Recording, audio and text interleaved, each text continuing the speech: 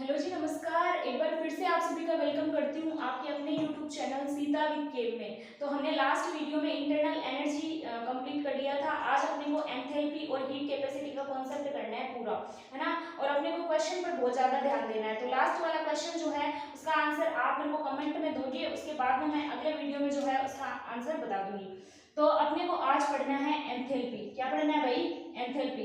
तो एंथैल्पी क्या होता है, मैं आपको कॉन्सेप्ट इसलिए करवा रही हूँ ताकि आप जब क्वेश्चन करो तो आपको ये ना लगे कि हमें कॉन्सेप्ट नहीं आ रहा है ना। तो एंथैल्पी को अपन एच से डिनोट करते हैं, और जो एंथैल्पी होती है उसको बोलते हैं अपन इंटरनली इंटरनली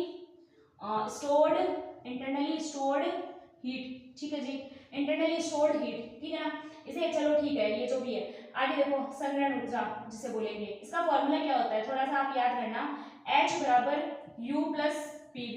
अच्छा, अपन इसको ऐसे भी लिख सकते हैं, डेल H बराबर डेल U प्लस, अच्छा ये U ऐसे मान लेना ना, P डेल V, ऐसे भी कर सकते हैं। चलो ठीक है, इतनी बात तो कोई दिक्कत थोड़ी ही है, ठीक है ना। अच्छा एक बात सुनिएगा, ढंग से सुनिएगा मैं क्या बोल रही हूँ ना। देखते हैं, देखो मैंने क्या बोला है कि मान लीजिए मेरे पास क्या है, सुनना ध्यान से। कि मेरे पास है P1 V1। अच्छा, P1 कैसे कर सकती हो ना, ये तो कांस्टेंट नहीं रखा ना, ये तो अपने पास स्थिर है ना, डेल V तो बदल रहा है। तो P V1 बराबर मेरे पास होता है N1 R T। बोलो सही है क्या इतनी बात? एक मेरे पास होता है P V2 बराबर N2 R T। बोलो ठीक है इतनी बात? सही है। अपन क्या करते हैं, देखिए इसमें से इसको घटा देते हैं, इसमें से इसको घटा देते हैं, घटाते हैं, चलो है ना। घटाते हैं, कैसे घटाएं? P V2 minus P V1 बराबर N2 RT minus N1 RT। ठीक है, इतना हो गया। अच्छा मैं ऊपर से ये हटा देती हूँ ना एंथैल्पी वाला, आप इधर ही ध्यान देना, ठीक है, ढंग से देख लेना। तो ये एंथैल्पी वाला हटा देते हैं। अभी क्या है अपने पास, देखना भाई, P V2 P कॉमन ले लो और V2 माइनस V1 कर दो, ठीक है।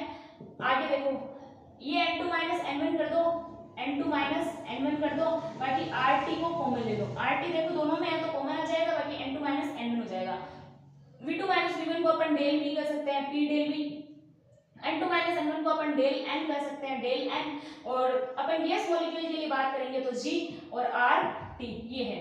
ये जो P डेल V की वैल्यू है, P डेल V की वैल्यू, ये मैं यहाँ पुट कर दूं, P डेल V की जगह कर दूं ना, क्या प्रॉब्लम है? कर देती हूँ। तो मैं ये वाला हटाती हूँ और यहाँ पर ये लिख देती हूँ, डेल H बराबर डेल U प्लस मेरे पास हो जाएगा del N G R T. और ये formula very very very important है, बहुत बहुत बहुत ज्यादा इंपॉर्टेंट है। जितना स्टार लगाना चाहो जितने ज्यादा वो लगा लेना भले, ये फॉर्मूला बहुत ही ज्यादा इंपॉर्टेंट है। अच्छा कैसे इंपॉर्टेंट है आप बोलोगे कि हमें क्वेश्चन तो बताइए तभी तो समझ में आएगा। तो चलो ठीक है, आपको एक क्वेश्चन बताते हैं ना, तब समझ में आएगा। सुनिए, एक क्वेश्चन लिखवा देते हैं ना, ये आपको कर लेना है, ठीक। चलो मैं मिटा दूं इसको, तो मिटा दूं ना, अरे मिटा दूं, ठीक है। तो क्वेश्चन देंगे आपको, उससे पहले अपन थोड़ा सा हीट कैपेसिटी पे बात कर लेते हैं। हीट कैपेसिटी है ना, फिर क्वेश्चन की बात करेंगे। एक बार हीट कैपेसिटी और खत्म करें, उसके बाद में बहुत सारे क्वेश्चन करने ही हैं अपने को, तो क्वेश्चन ही क्वेश्चन करने हैं। तो एक बार थोड़े से कॉन्सेप्ट हो जाए तो अपने को समझ में आए, है ना। तो अभी बात करते हैं हीट कैपेसिटी। हीट कैपेसिटी जिसको अपन C से डिनोट करते हैं, किससे डिनोट करते हैं भाई? C से डिनोट करते हैं। हीट कैपेसिटी को C से डिनोट करते हैं। तो किसे कहते हैं हीट कैपेसिटी? ध्यान से सुनना पड़ेगा आपको, तब समझ में आएगा। C बराबर Q अपॉन डेल टी। एक फॉर्मूला लिख रही हूँ, सुनना ध्यान से। C बराबर Q अपॉन डेल टी। क्या होता है C बराबर Q अपॉन डेल टी, इसकी बात करते हैं। तो सुनिएगा, डेल टी का मतलब देखिए, किसी भी सिस्टम के ताप को 1 डिग्री सेल्सियस, किसी भी सिस्टम के ताप को 1 डिग्री सेल्सियस या फिर 1 केल्विन से बढ़ाने के लिए जो ऊष्मा दी जाती है उसी को हीट कैपेसिटी कहते हैं। मैं क्या बोल रही हूँ, ध्यान से सुनना भाई। किसी भी सिस्टम के टेम्परेचर को, टेम्परेचर को 1 केल्विन या 1 डिग्री सेल्सियस से बढ़ाने के लिए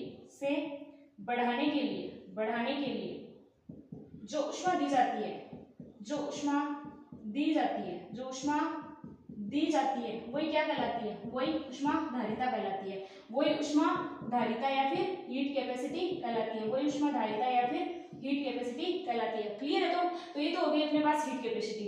ठीक है, अगला जो अपन उनके पास रहेगा वो रहेगा मोलर हीट कैपेसिटी। क्या रहेगा? मोलर हीट कैपेसिटी, है ना, मोलर हीट कैपेसिटी। ठीक है, अच्छा इसका मात्रक बात करें तो क्यू का ऊष्मा का जूल हो जाएगा और इसका केल्विन हो जाएगा, जूल प्रति केल्विन, है ना, ये हो जाएगा ना, क्या दिक्कत है इसमें? तो ठीक है जी। अब देखिए अपने पास है, एक है दूसरा molar heat capacity, molar heat capacity, molar heat capacity, बोलो ठीक है, मोलर हीट कैपेसिटी जिसको अपन cm से डिनोट करेंगे और cm बराबर हो जाएगा c अपॉन n। ठीक है, और c की वैल्यू क्या होती है, cm बराबर c की होती है ना q अपॉन डेल t, और n तो था ही फॉर्मूले वाला, ये n। ठीक है, दूसरा है अपने पास जिसे बोलते हैं specific heat capacity, specific heat capacity, specific heat capacity. इसमें अपन बात करेंगे ग्राम में, ग्राम में बात करेंगे। इसको अपन डिनोट करें, किससे करें, किससे करें इसको डिनोट, CW से कर, CS से कर देते हैं, स्पेसिफिक हीट कैपेसिटी। ठीक है, अब सुनना, इसको अपन दिखाएंगे C अपॉन M, M क्या, अच्छा W लिख दूं, वेट है, ठीक है, W, है ना, तो C की वैल्यू क्या होती है, सुनना ध्यान से, अपने पास आएगा Q अपॉन डेल T, और इसको बोलेंगे अपन क्या क्या क्या बोलेंगे, W, बोलो ठीक है क्या, ये हो गया हीट कैपेसिटी। क्या हो गया अपने पास है, हीट कैपेसिटी हो गया। आई थिंक आपको ये चीज समझ में आ गई होगी, आ गई क्या, हीट कैपेसिटी। मिटा दूं क्या, एक बहुत ही इंपॉर्टेंट, बहुत ज्यादा इंपॉर्टेंट जो है वो अपने को देखना है, इसको मिटा देती हूँ मैं, आपने उतार लिया होगा, है ना, ये तीन में से कोई क्वेश्चन पूछा जाता है। ठीक है, ठीक है, मात्रक इनके अकॉर्डिंग आप देख लो, कोई दिक्कत नहीं है। ठीक है,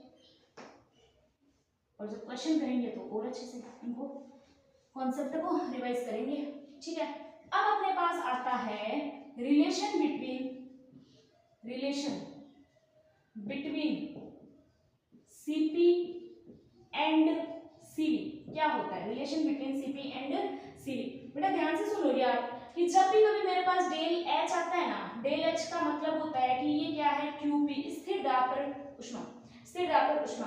और जब भी कभी डेल U आता है ना तो आप कहोगे Qv, स्थिर आयतन पर ऊष्मा, स्थिर आयतन पर ऊष्मा। ठीक है, अच्छा अगर मैं स्थिर दाब पर ऊष्मा धारिता की बात करूं, स्थिर दाब पर ऊष्मा धारिता हो जाएगी Cp बराबर Qp अपॉन डेल T। और अगर वही मैं बात करती हूँ, सुना ध्यान से, इसे इक्वेशन फर्स्ट मान लो, इसे सेकंड मान लो, इसको थर्ड मान लो, इसको फोर्थ मान लो, Cv, इसको अपन बोलेंगे क्या बोलेंगे, क्या बोलेंगे, क्या बोलेंगे बताइए, बोलेंगे कुछ तो बोलेंगे, क्या बोलेंगे, इसको बोलेंगे Qv upon del T, Qv upon del T, और इसको इक्वेशन 4 मान लेते हैं। आपको एक चीज याद है, हमने लिखा था डेल H बराबर del U plus del Ng RT, याद है आपको ये चीज? तो याद ही है ना। हाँ देखिए, इसको मैं क्या करती हूँ, थोड़ा सा इधर ध्यान देना बेटा, थोड़ा सा ना, मेरे पास जगह कम है तो मैं उसके अकॉर्डिंगली, ये क्वेश्चन बहुत ही इंपॉर्टेंट है। इसको देखो, इसको इसी को क्या कर रही हूँ, देखो इस डेल टी को इधर ले जा रही हूँ, है ना, तो मेरे पास बचेगा Qp बराबर Cp डेल टी। ऐसे सेम चीज इधर कर रही हूँ, इस डेल टी को इधर ले जा रही हूँ, तो मेरे पास बचेगा Cv डेल टी, इधर बचेगा Qv। बोलो क्लियर है ना ये चीजें, क्लियर है? तो डेल एच का मतलब क्या होता है, डेल एच का मतलब होता है Qp, सही है, और डेल यू का क्या होता है, Qv, ठीक है, प्लस डेल Ng/Rt, ये होता है, सही है ना भाई? हाँ सही है। तो ये Qp की वैल्यू जो है वो यहाँ पुट करो, ये Qv की वैल्यू जो है यहाँ पुट करो, तो करो Cv डेल T, और इधर हो जाएगा मेरे पास Cp डेल T, ठीक है, और इधर सही कर रहे हैं क्या, डेल H बराबर del U plus del Ng/Rt, clear है ना? ओके, कोई प्रॉब्लम नहीं है, ठीक है ना, सही कर रहे हैं।